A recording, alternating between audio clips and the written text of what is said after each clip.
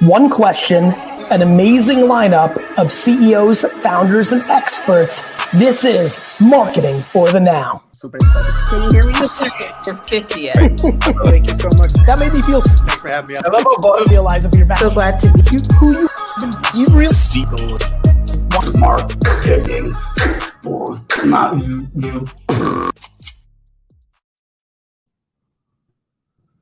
I haven't seen that for a while. How are you doing, Gary? I'm good. Yeah, I missed Marketing for Now. Hello, everybody. See you all in the comments. Excited to be back. See a bunch of VaynerX people in the comments. Jen Lasico, actually moving up. CMO Zubin, Sydney. Sydney, we'll get our calendars situated. Did somebody leave a wall here? That's yours, Julian. Good. Andrew, I'm excited. Fun episode. Everybody, summer's over. You know, it's 90 degrees. Yes, it is. Back to school. We got an exciting episode here. We've got a whole crew of folks that we're going to be talking about education, retail, business, all kinds of exciting things. So let's get in gear. First up, we've got our friend Amit Savak, who's the CEO of ETS, and he's calling in live from a back to school conference. We are so excited to have him talk. He's the largest private educational assessment organization, and we are thrilled to have you on our show today, Amit. Thanks very much, Andrea. Great to see you, Gary. It's a good reveal. There he is. Amit, it's really great to see you, brother. Why don't you, because these go very quickly, why don't you give a quick intro to everybody on what ETS does, and then I'll rattle in some of my questions. That sounds great, Gary. ETS is an educational assessment company. We work in K-12, higher ed, and workforce. We think of ourselves as a people-forward educational organization. We provide data and insights through a whole range of products and services. We've been around for 75 years. We work both in the U.S. and internationally. We're one of the largest educational organizations in the assessment space.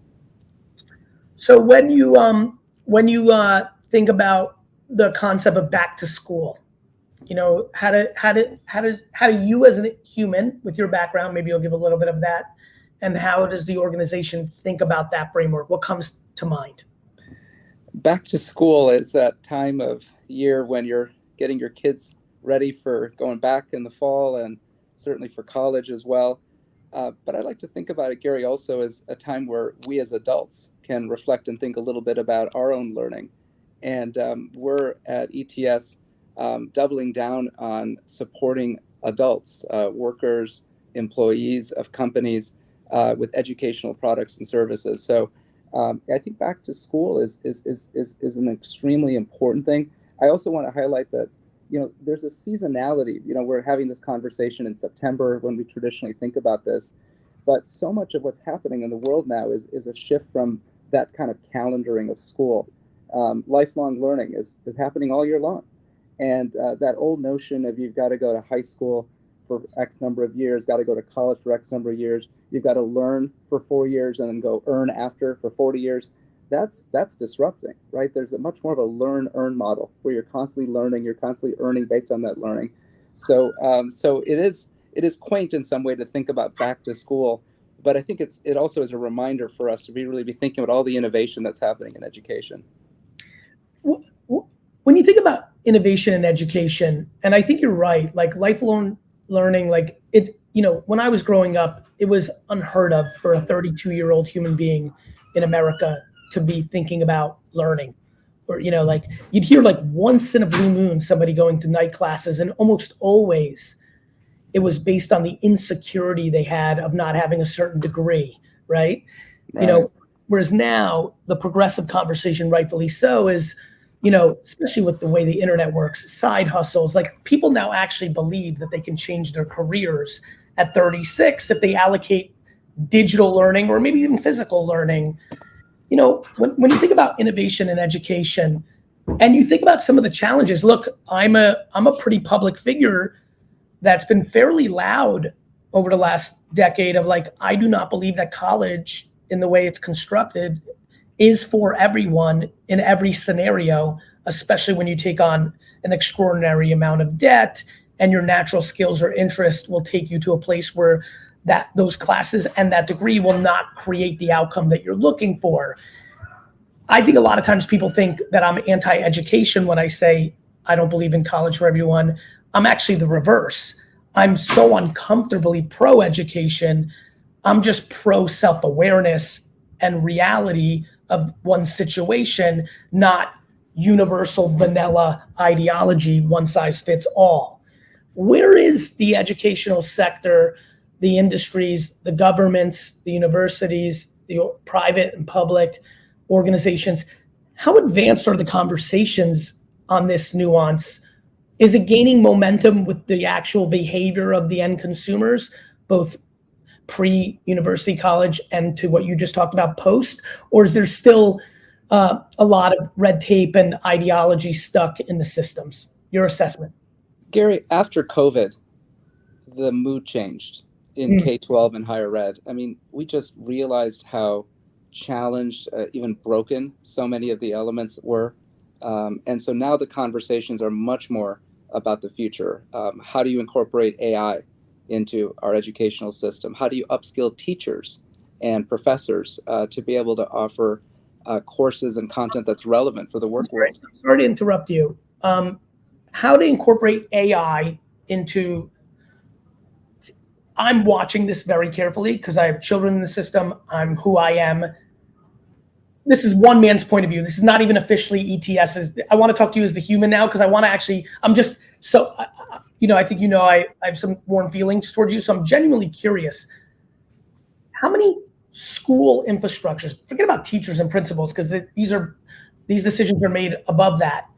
What percentage of the orgs do you think are actually looking at AI as a positive? Because I don't have to tell you, almost all of them have banned ChatGPT and other aspects because they're in that short term, you can cheat on a test, you can write it. Like, how many in the macro right now, your assessment, how many people are pro figuring out how, you say it, but I'm curious of how many people are living it versus what I'm seeing every day, headline by headline by headline of banned. Where are we on AI? Yeah, there are districts that are banning, unfortunately. There's also a lot of debate, but I would say, Gary, that the mood is shifting. We're actually in that moment right now with when ChatGPT hit at the end of last year, the educational system went, whoa, we have got to confront this and address this. Gary, we launched in partnership with code.org and the Khan Academy earlier this year, a huge initiative called Teach AI. And the initiative is exactly that, is to foster, not just in the United States, but throughout the world, just the fundamentals of AI. So what 10 or 20 years ago when we were encouraging kids to learn coding, it's now teaching them how to learn the fundamentals. It's the literacy, it's the essentials, whether you're an elementary school, middle school kid, high school, even if you don't want to become a software engineer, just learning the fundamentals of what this means. So I think there's a movement underway, Gary. I really do. You are right that there is a fear factor in the school system in parts, but there are, I think, a lot of voices that are speaking the other way and saying we got to really make and by the way, to the credit of the fear factor, there's a lot of fear factor in society on it because it is a profound technology that will challenge us. Like deep fake videos is going to be something that the world is going to have to figure out the way we figured out, atomic bombs and diseases. Like it is a big deal. The fact that we've lived the last 100+ years all treating video as truth. And now we're going to live through an era where, in 3 years, there's going to be videos of me all over the internet saying things I never said. And it's not going to be based on the eye, easy for someone to know if I said them or not. And forget about me. I'm a pimple on the ass. Politicians, bosses, leaders, like there's a lot going on out here. So anyway, it's insane how quickly we run out of time. I want to give you a minute or two to touch on anything that you were thinking about going into this fun session of Marketing for Now on the Back to School edition. Anything you wanted to touch on that we didn't get to? Gary, I think it ties into what we were just chatting about, and I just want to build on it, that the future is moving at a very fast rate. So if you think about education as a sector, just as much as it is a foundational element of society, it's an industry, just like retail or other sectors. The currency that's now emerging in education is skills. And so you were talking about the traditional higher ed system not working. The traditional higher ed system is largely based on time. You've got to do 120 credits. You've got to work through, it's based on time in a seat, right? Or time in classes. The world is shifting from time to skills as being the fundamental currency. And I think this is super exciting. And the reason I think it ties into the whole back to school and ties into the workforce is because the world of work is changing so fast. AI, industry changes, new industries forming, energy. All of the opportunities I see in K-12 and higher ed are really to link to that world of work. And so the through line here is the new currency, the new foundation of education is increasingly becoming skills, more personalized education, much more innovation. So we at ETS are really looking to usher in that, from new products and services and assessments to new research that we're doing in this space. So we're really excited to be on this show. And I love the fact that you invited an education organization to put the school in back to school. So thanks for inviting. Happy to, my friend. Wishing you success. Talk soon. Thank you. Thanks, Amit. Gary, next up, we've got Sophie Bambuck, our friend, the CMO of the North Face. And she's been there for just over a year. And she's come from some pretty stellar brands. And look at that background. She's come from Right? Everlane, Nike, Converse. Where are you? Right. Welcome, Sophie. I know. I wish I was there. I'm in Denver. Yeah, I wish I was there. Yeah. Last minute background change for you guys. Hi. I love it. Sophie, how are you? I'm doing good. How are you? Good. Why don't you tell everybody, for the few that don't know, what the North Face is, and then we'll get into it. Oh gosh, the North Face. We are an outdoor industry leader. We're actually known for our performance gear, but we've been adopted in youth culture. So we now play across performance and what we call performance-inspired lifestyle. And yeah, we make all the gears that goes with it, from apparel, footwear, equipment. Go get your tents and your sleeping bags as well. We make all of that. So yeah, we're having fun. How is staying on theme? Yeah, first of all, I'm a pretty big fan of the brand, and obviously you have penetrated popular culture. And I'm 47, so I think when North Face started to really pop, in pop culture, not just the utilitarian aspect of the brand in the outdoors, I was in that sweet spot of late teenage life and going into it. So it's always been a brand that I've had a lot of love for.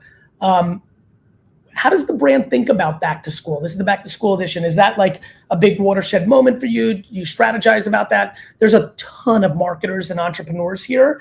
So I'd love to get your sense of where does back to school sit for your business? You've also been in a lot of places in the past, so you can speak broader as a marketer. Where does it sit? Is it the 6th biggest holiday? It's the 13th. It's the 1st for some. Some don't care. Others, it's their whole business, 30% of their business. How do y'all think about it? Yeah, I mean, I'll say, maybe to put it, it's probably the only kind of like what I call a commercial holiday that actually lives on our brand map, right? Because it is a time where you can, it's a double-edged sword. You can do it wrong. You can lose yourself as a brand because you're chasing revenue, you're comping year over year. You can also use that time to actually do it right and actually really focus on product as a way to elevate your brand. Back to school for the North Face is massive. I mean, our backpack business alone is, we make a ton of the year just through that back to school window. I mean, if when you take your kids to school, every single kid has either the jacket or the backpack, and being that brand of choice on the first day of school is essential. That's how we build loyalty. That's how kids build their reputation also on that a little bit. So it's really, really crucial for us. You just said something that I'm profoundly interested in. I believe that people misunderstand apparel and fashion completely and don't understand the higher plane. And you just touched on it. So I'm actually going to use this to really educate the masses from a different voice than mine. Fashion brands, that the logo, right? The North Face, I'm very aware of what that meant. The swoosh that used to work for, we all know what that means. All the Gucci's and the Pradas and all that. Can you expand on the knowledge base of the biggest brands in the world of how much they understand that fashion is built on a human's expression to the rest of the world, no different than the haircut style they chose or whether they wear, look at me right now. It's like an emerging hat brand, my own brand. That's like a Pokemon thing. I've decided to wear facial hair instead of clean cut. the level of expression that fashion actually is. I mean, otherwise we would all wear unbranded cloths and call it a day. Can you go to that deepest, highest level of what this all means? Yeah, it's an identity builder, right? So the reality is the way I look at it, whether you're fashion or you're actually creating kind of innovative and benefit-driven product, you're serving a need that the consumer might know or not know that they have. And the majority of the time, we're actually serving a need of identity. They want to be able to express outwardly to the world who they are and what they stand for. Sometimes it is, hey, I'm an early adopter. I know the coolest things. I'm into innovation. I care about tech, or I care about sustainability. Or actually, to your use, some people choose to not wear any brand names because that is also their identity. And they want to actually identify with a specific segment or group or belief, right? We have a huge role in making sure that people can find themselves in our product. So we actually, a lot of the work that I've been doing over the past year actually is moving away from consumer segmentation, which is useful when we do targeted content, et cetera, but moving into mindsets, because we're serving mindsets. We're serving the reason why, right? Yeah, because if you're an 18 to 21-year-old, Latino male, like cool, but like your essence may be a 40. I mean, there's a 22-year-old kid in my life right now. The only way to sell to him is a relative, is to market to a 58-year-old, like middle America, like simple, like he's 58 years old. He's 22, but he's fucking 58. So age is just a number. Really, what we care about is the behavior. We care about the why and what gets people there. And again, like just even to go back to school and what we were saying, it's easy to lose that focus when you go into a place where, to your point, every brand plays. It's basically a menu, unlimited menu of option, and you just become one item against so many other. So the work comes in before and after to make sure people can find themselves in the brand and choose the brand at back to school time. And then during back to school time is really for us, like, what is it that we want to elevate? I mean, this year we actually made the conscious decision that back to school for us would be a backpack campaign, but go in depth. Tell me why the zipper is fantastic. Tell me why we built this for the outdoor versus, hey, get your gear at the North Face, which is kind of like the traditional approach. The why, the utilitarian why. It's about the why, always. Last minute or two for all the CEOs and CMOs, what do they miss about back to school if they are deep in it, like they are Sharpie or a fashion brand, or what are they missing if they're not deep in it? It's like actually not a big on paper obvious place for them to play. What permission or opportunities are they not seeing? Yeah, I think back to school is breeding ground for false narrative. So what happens often is you're looking at the results of back to school and you're like, hey, putting all my eggs in the performance marketing basket or the more commercial basket works. I'm getting the return. And very often what happens is forgetting or missing out on the elevated expression of the brand. So like, traditional funnel model, missing out on your top kind of like funnel opportunity by just focusing on the middle, on the bottom. I think that's traditional. Like you see a lot of that. So that's a risk when you're a part of back to school. When you're not a part of back to school, actually, I don't even know what you're missing. You're lucky. You're lucky if you're not a part of back to school. It's not my favorite thing. How about that? It's not my favorite thing. Is it not your favorite thing from an operational standpoint? Because it comes in a time of year, it's tough to get orgs, big orgs. A lot of entrepreneurs here don't realize what you're dealing with in these big companies. It's tough to get a lot of shit done in the summer in corporate life. And number two, you've also already got to be planning for the fucking holidays, and it's kind of in this middle, and it's like, fuck, it's almost like weirdly annoying. And that's also usually when you're planning your 3-year planning process and all that stuff. So yeah, it's really crazy. But yeah, I mean, for me, it's just, it's a lot to manage. And honestly, it's not always the most aspirational stuff that you do. You really have a very clear ROI and clear goals that you're trying to accomplish. And I really like the elevated brand stuff and, the big strategic thinking. And back to school doesn't always allow you to do that. It fits within it. But hey, it's also back to school now starts like in like May. I mean, Santa Claus is in like retail stores starting in April. Like everyone's just gotten really Halloween stuff like right now. And I'm like, why? Halloween stuff everywhere already. I'm like, geez, can we just enjoy Yeah. football coming back? Anyway, love you. Thanks, Soap. We wish you well. Bye. Thank you, Sophie. Gary, I'm super fired up about this next guest. He's the CMO of 4-H. I don't know if you know about 4-H, but when I was a little kid in Wisconsin, I was big time into 4-H. Excuse me. I went to high school in Hunterdon County, New Jersey, where 4-H was religion. I didn't know what I was walking into in 8th grade when I moved. I came from Edison, New Jersey, never heard of 4-H. It was more city urban culture. And then I got to Hunterdon County, New Jersey, and 4-H was fucking religion. Amazing. They're the largest youth organization. They touch 6 million kids. It's amazing. And Ivan has come from the music and entertainment industry. So he's done a lot in the 2 years that he's been there. And we're super fired up to talk to you, Ivan.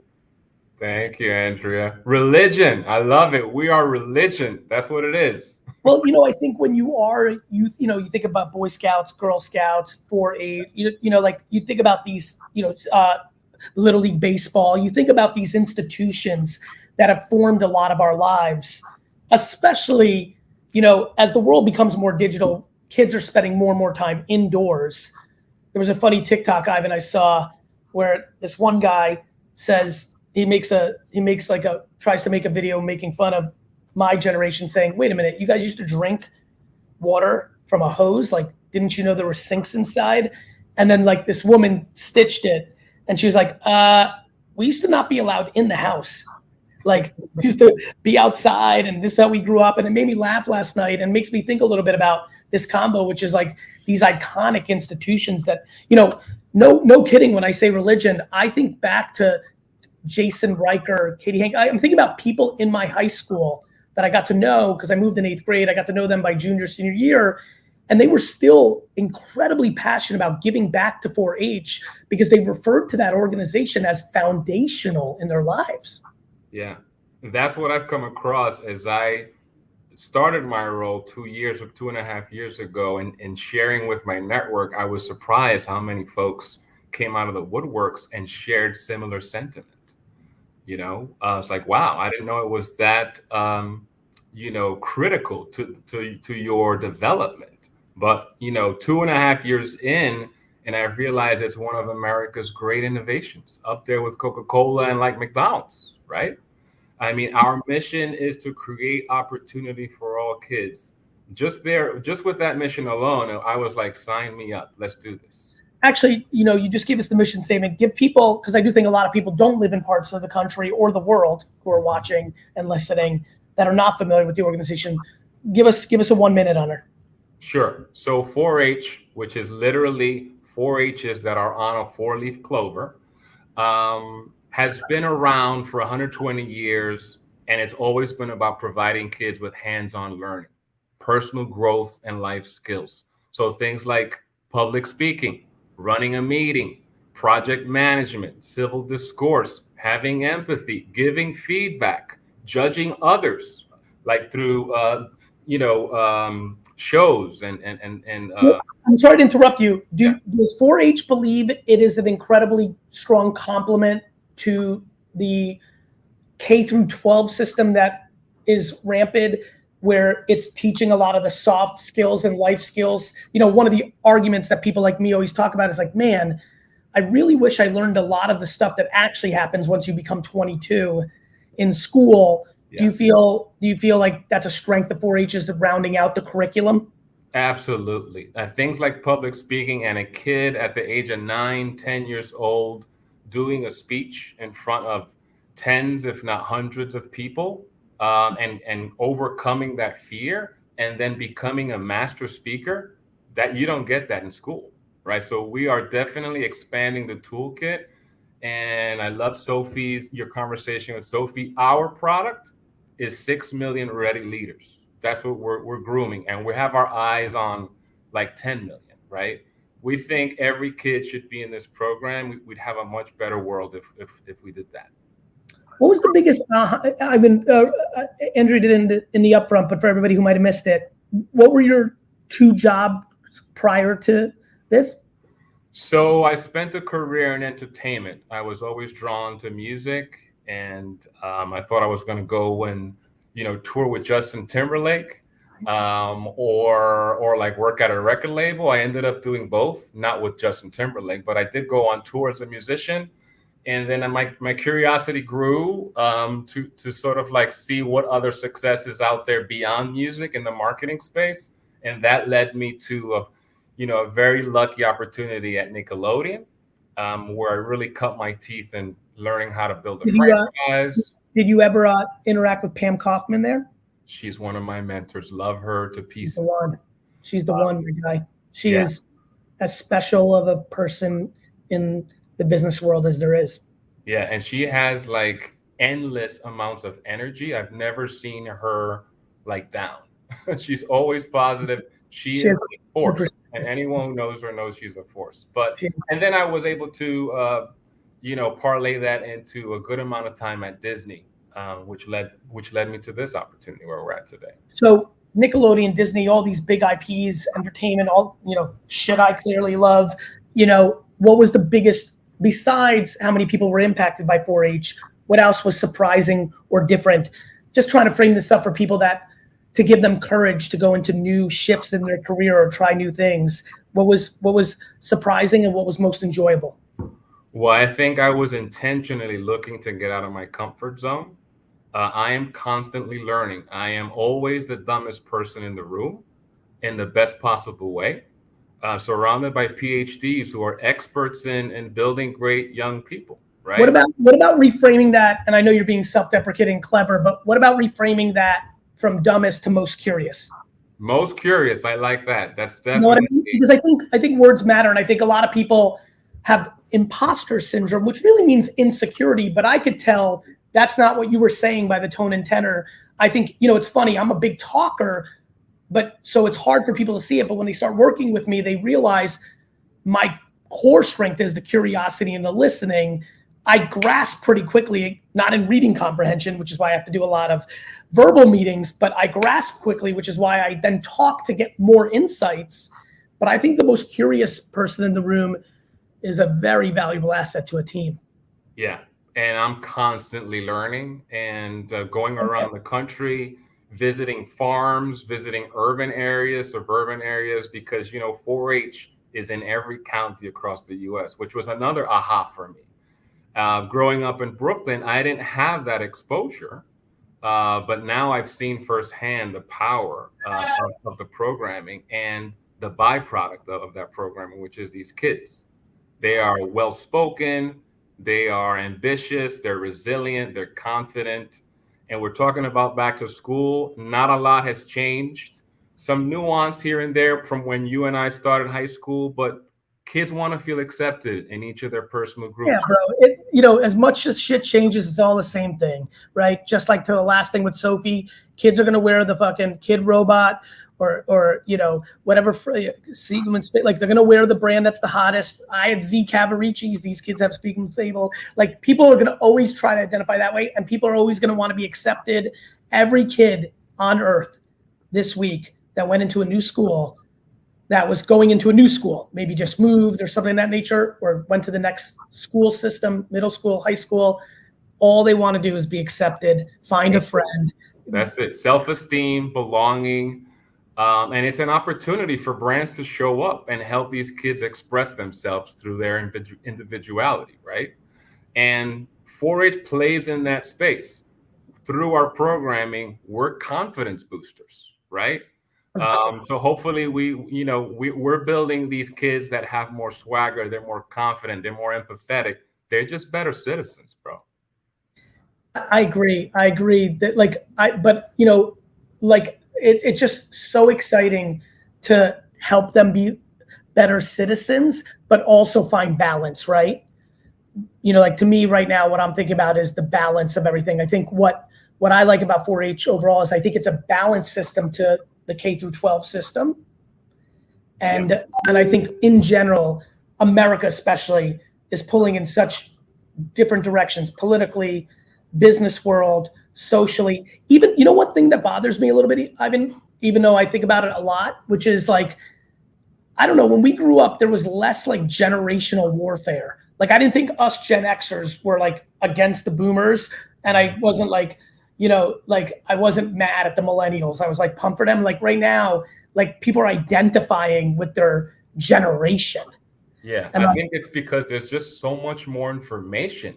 It is Correct. more socialized. Correct. We say it in all of these convenings. They are aware of it. They're more self-aware of who they are, of what generation they are.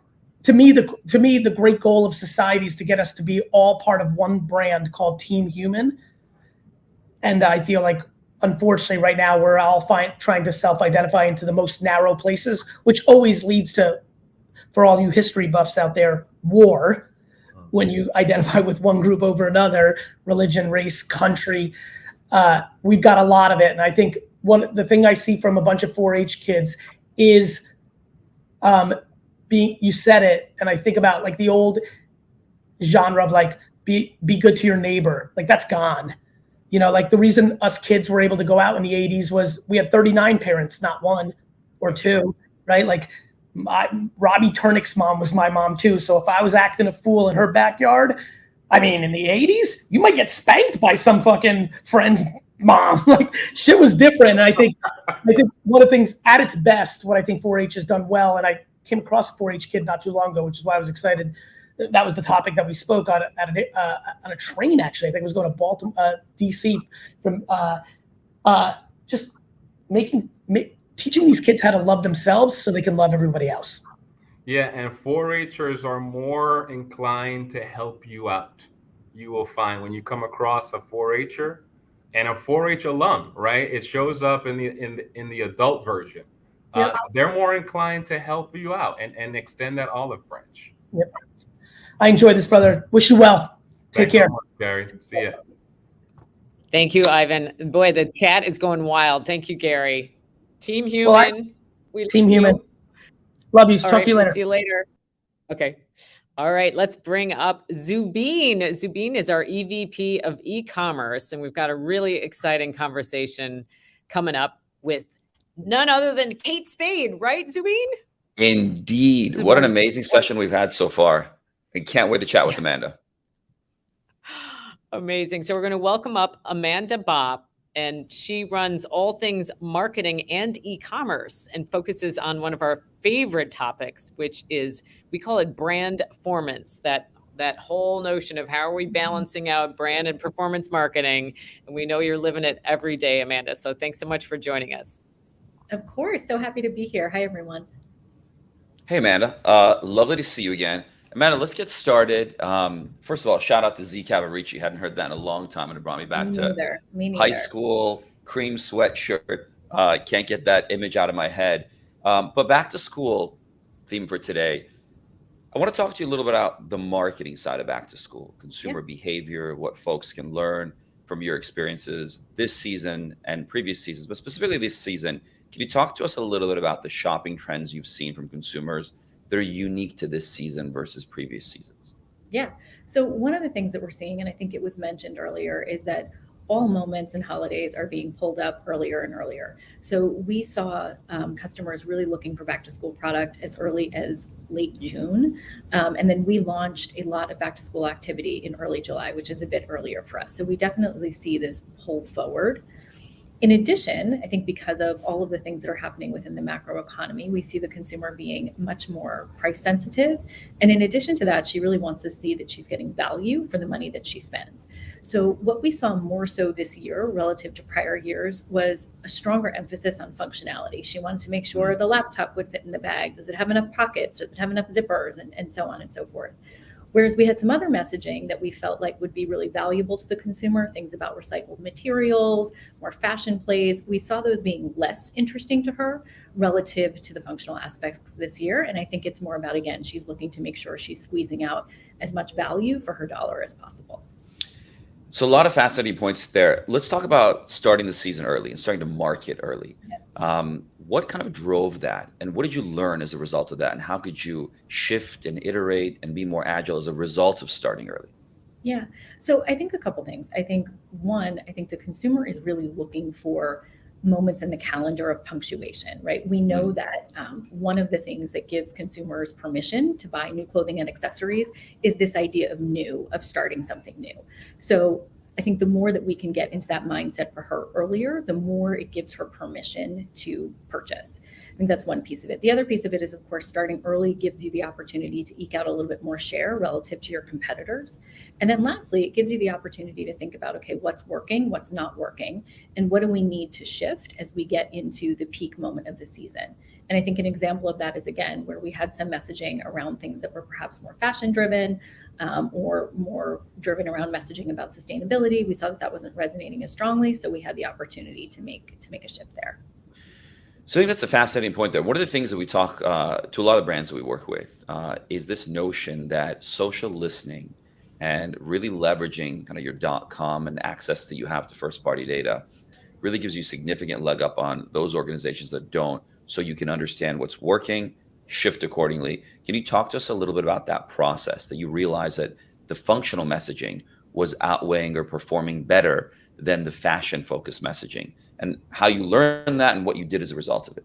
Yeah. So one of the things that I think we've done well here at Kate Spade and at Tapestry, our parent company in general, is we've really built some nice muscle around reading and reacting. And so we look at a variety of different data points. Some of that is social listening. Some of that is the way that people are searching on e-commerce. Some of that is just pure performance data in terms of what people are clicking on and engaging on. So we have a pretty good mechanism set up in place to be able to listen and make some changes. And earlier on in the season, as I said, we thought, hey, we've got some product that's got recycled materials in it, and we feel really great about this. And this is a message that we think is great for the environment and the consumer will really respond to. And it's not that she didn't respond to it, but what we heard her talking about much more was questions around functionality. Will my laptop fit into this? Does it have a pocket for my water bottle, and so on and so forth. And when we started to see those pieces of feedback come and scale from a variety of different data points, again, be it social listening, be it what the consumer was searching for, we had that opportunity to say, okay, let's switch out some of the language that we're using. Let's switch out some of the assets that we're using to make sure that we're putting front and center the product that she's looking for. Because we know, especially in a digital environment, if she doesn't see what she's looking for immediately from you, it's quite easy for her to go and find it from somewhere else.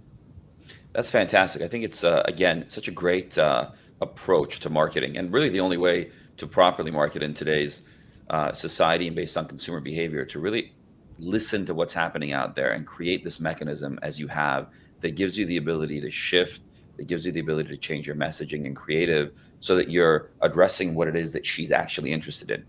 Speaking of that's from a social digital standpoint, how do you infuse what you're hearing from store associates into that model? Yeah, so that's actually a really good point. That's another piece of input that we have. We have a weekly business recap meeting, and we get lots of feedback from the sales associates within that conversation. And what was happening here is we were actually seeing a lot of synergy between what the consumer was saying online and what they were saying in stores to our sales associates. So this was an example of where that all really dovetailed very nicely. And one piece of feedback from one population corroborated what we were seeing elsewhere. And so we were able, again, to make that change in a wholesale way that enabled the consumer to better find the product in store as well as online. That's amazing. Amanda, as you've heard from our other guests, these sessions go incredibly quickly. So I think you've shared significant amount of insight for our audience, and hopefully the marketers out there are learning quite a bit, and it's helping them adapt to what they're already in flight for back to school, as well as what they're going to be doing for the holidays. One final question for you. From your unique vantage point of the fashion industry, what do you think is the most significant change or trend that's reshaping fashion retail today, and why should our audience take note? So one of the things that's really interesting right now is that younger consumers, particularly Gen Z, there's this idea that in order to blend in, you have to stand out. And it's a bit of a contradiction in terms, in that consumers are looking to express more individuality to feel like they're fitting into the group. And so it's a really interesting thing from a fashion perspective, because historically the industry is used to, hey, we set a trend, we set a tone, we tell the consumers what to buy, and they pick up on it. Now what we have to be able to do is find nuance within those trends and ways to speak to varieties of consumers and subsets to make pieces of collections or pieces of product feel like it's their own, and that they can discover it and reinterpret it as necessary, so they can feel, again, like the individual who fits in with the crowd. That's incredible. I love that. And I think that it's so incredible to be able to have, again, that organization, to your point, and the products that you have that are, from a manufacturing standpoint, I'm sure it's not easy, but you're giving individuals the ability to be individual, and yet, to your point, feel blended in, which is quite ironic, and yet society today. Yep. Amanda, this was lovely. Thank you so much for joining us. Of course. Thank you for having me. Have a wonderful afternoon. You as well. Thank you. Thank you, Amanda. And thank you, Zubeen. Always a pleasure. Likewise. All right, next up, let's bring Zach Nadler, CEO of Vayner Speakers. I love Zach. How's it going? I'm doing great. How are you doing? Oh, I'm so fired up for this conversation. I'm going to keep the intro very brief because I want to save all the time to sit back and learn. We've got Laura Gassner-Otting, who's a best-selling author, and hopefully you can tell us a little bit more. She's much more than just an author. She's a coach. She's a catalyst. She's going to tell us how to think big, and I think we could all use this in our back-to-school edition this time in our life. So welcome, Laura. Thank you. Laura, welcome to Marketing for the Now. How are you? Oh, I think you might be on mute. Andrea, are we good back behind the scenes? How's that? Is that better? I can't hear Laura. Is that better? Oh, there we go. There we go. Right. Okay. Now we're cooking. All right. 3 So years we're into gonna dive the right in. pandemic, sure.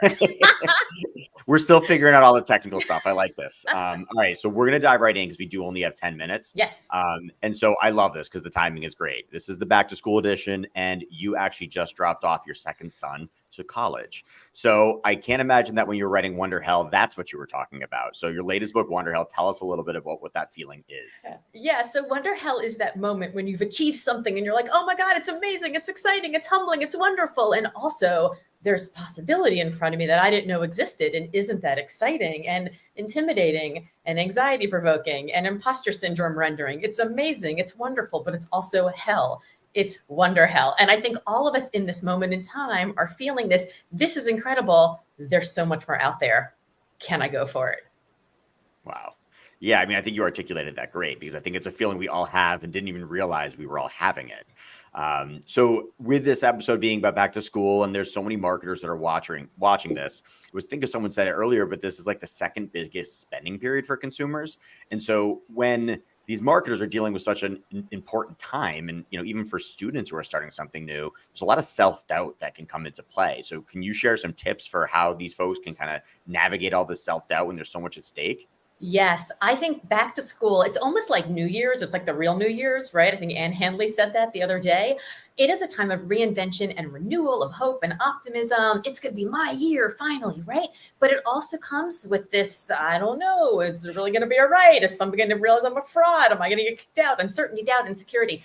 I think everyone wants to feel special, but nobody wants to feel different. And I think if we look back on some of the times when we were at our best, it wasn't when we were conforming to what everybody else was doing. I think facts have a hard time arguing with emotion. So if we make a list of the times when we were at our best, that's a great way to remind ourselves that those moments when we were different, we actually were pretty damn special. Wow. And I mean, there's so much there. And I think something that you're kind of touching on is this idea of redefining success. And I know that you've written a lot about this, but how do, whether it's the executives watching this or students, we're living in such a results-oriented world, but how do you kind of navigate that when you're trying to measure your own success? Yeah, look, I think we are all given these other definitions of success, right? Definitions of success handed to us by our parents, our teachers, our bosses. And a lot of times we have to stop and say, I can't be insatiably hungry for someone else's goals. So what actually matters to me? Now, when I was an entrepreneur running an executive search firm, I realized that I could go hard after several results. I could either maximize for profit, I could maximize for freedom and flexibility, or I could maximize for impact in the world. And that really at any given time, I could maybe maximize 2 of the 3 of them, but I couldn't really go for all 3. So I would sort of set seasons, I would set intentions, I'd set goals for periods of time where I would run hard at 1 or 2 of these, pretty consistently. And what I found was that the third always came. So if you're like in this place and you're like, I've got everybody else's definitions being handed to me, I would stop and think, what actually matters to me most? What are the things that are the biggest priority? When all the plates are up in the air and I can only catch a couple of them, which are the ones I'm going to really want? Because if we go hard at those things that matter to us most, not only do the rest of them come, but we're actually really good at the things that we really care about. Got it. That makes a lot of sense. And I think prioritizing is something we can all probably do a lot better job at. Yes. And so, this is actually marketing for the now, right? So I want to kind of go back to some of the marketers here. And I'm curious, like with WonderHell, what are the real takeaways that marketers specifically can learn from?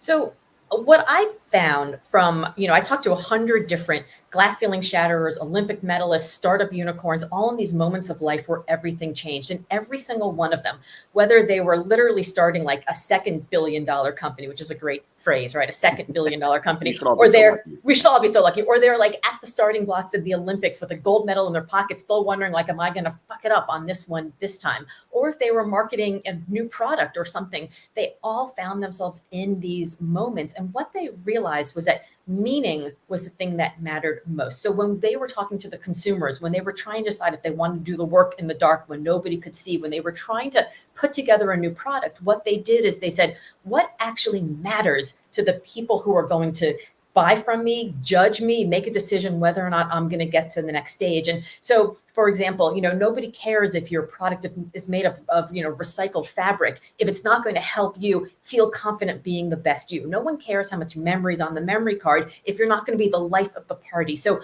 if marketers are thinking about going after the $83 billion of spending that's happening right now, the way that they go after it is not to talk about your product or your process, but to talk about the problem that you solve. So if you can see your consumer's problem and they can feel seen in that problem, then all that's left for you to do is to say, I see you, I got you, and I'm going to hold that problem in my hand until our shared problem goes away. So it's really actually a lot easier to say, I solved your problem than to say, let me tell you the 15 different ways our process is cool. And so that's for the marketers. What are the non-marketers? I mean, I know you were in executive search for a long time. So do you have any personal examples you can share? Yeah, I can tell you that when I went in executive search, I would walk into my client's office, my potential clients' offices, and I was like, let me tell you how geeked out I am about how cool our process is. And I crushed it. I mean, I was really, really good, except I didn't sell jack. And the reason I didn't sell anything was because at the end of the day, I didn't actually tell them I solved their problem. And one day I had a friend on a search committee. I thought he's called me up afterwards to be like, Laura, you're awesome. You got the work. And he called me and was like, Laura, sorry, you didn't get it. And I was like, why? And he said, let me ask you a question. Do you find the world's best talent? And I was like, of course I do, man. That's like table stakes. And he goes, yeah, but you never said it. Every other search firm walked in and said, we find the world's best talent. Now, let me tell you how. You walked in and you were like, let me tell you how we do our work. And we never knew that you actually realized that the thing we cared about most, that we need to find the world's best talent, was the thing you actually did. So starting from where your customer is, where your consumer is, and saying, we solved your problem. I see your problem. It's real. I get it. I honor it. I'm going to solve it. Now, let me tell you how. They don't care about the process or the product until you tell them you see their problem. I love that. It feels like you were kind of battling your own authenticity. Like, what do I want to be and kind of what do I want to stand for? And I mean, I'm kind of curious because with this idea of WonderHell and which you dove so much into authenticity, like there's a lot of internal struggles we all have with battling this success. And especially now, right? Whether it's a marketer going into the back to school season or even a student going back to school, how do you balance this kind of genuine yourself, right? With such significant ambition? Yeah. Can I tell you a secret? I don't think ambition is a dirty word. Everyone's like, oh, she's so ambitious. Like it's like a bad thing. Okay. Would showing up, let me ask you this. Would having more money, more time, more resources, more leverage, more market share, more name recognition help you show up better for the people you love and the causes you hold dear? No. I'd like time. Yeah. Okay. So having more time, right? Having more of anything, more money, more time, more leverage, more power, more anything that would help you show up better for the people you love and the causes you hold dear, right? Yeah. So it's not your ambition, it's your responsibility, right? I don't think it's a dirty word. And I think being able to show up better for the people you love, like crushing it in your work so that you had more time to be with your family. I know you just dropped your daughter at school yesterday. Being able to do that more, that allows you to be the most genuine, more authentic version of yourself. So why wouldn't you be hella ambitious so that you could do more of that? I think they go hand in hand. I'm all for ambition. I think ambition is the road to genuine authenticity. I love that. Well, I'm getting the hook here. So I want to thank you for joining us here on Marketing for the Now. Andrea, thanks for having us. I think we need a full episode on just this topic. We can go all talk day. about that later. I am so into this and just Let's go. wrote so many notes. Incredible. Thanks, you guys. Just loved it. Thank you. All right. And last but not least, I want to welcome up Mindy Shire. I just met Mindy last week, but I feel like I've possibly known her my entire life. I don't know. Agreed. She's just one of the most brilliant people I've ever met. She comes from the fashion industry, but she's now bringing all of that knowledge and all that passion to people that have disabilities.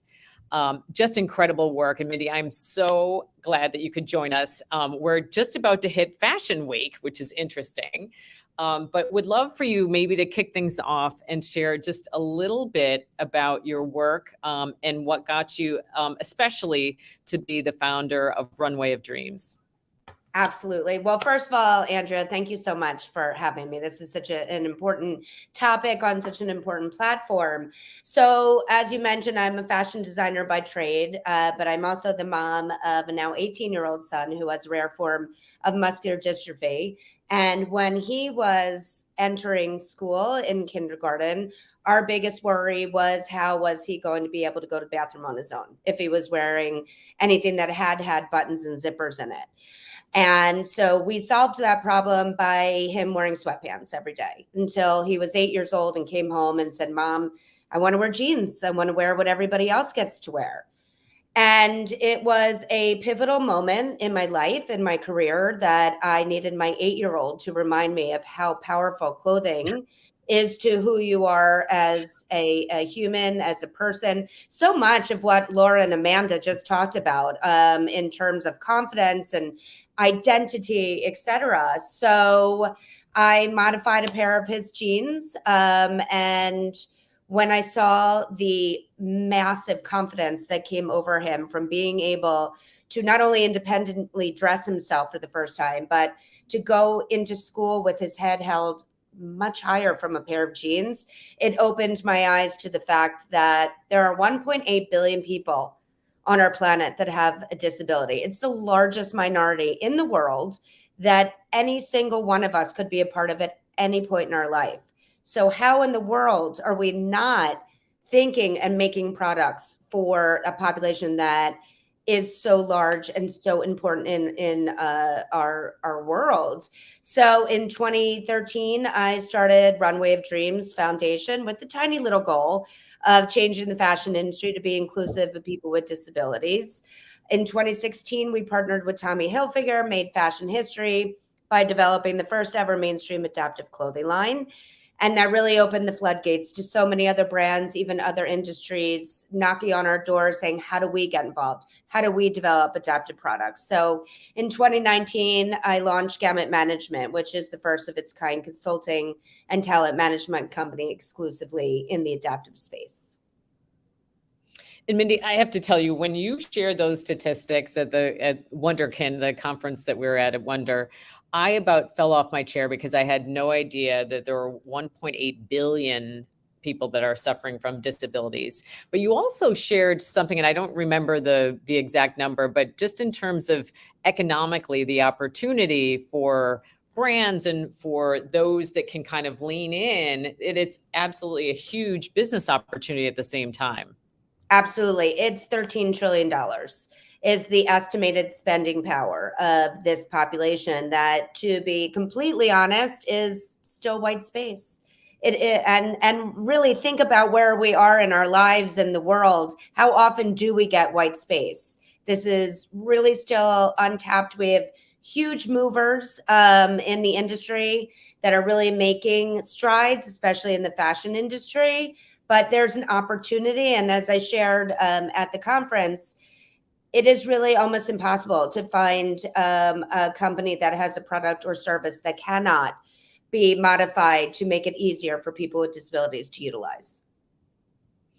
Yeah. And, I was really struck by some of the examples, and you showed a lot of visuals and things, but I think, I myself have had a number of different injuries over time where it's difficult for me to put buttons and small buttons or, hooks and eyes. And when you were sharing that kind of thing, I couldn't help to feel like you're making the world, sort of better and easier for all kinds of people that may be suffering, may not, in fact, have a declared disability.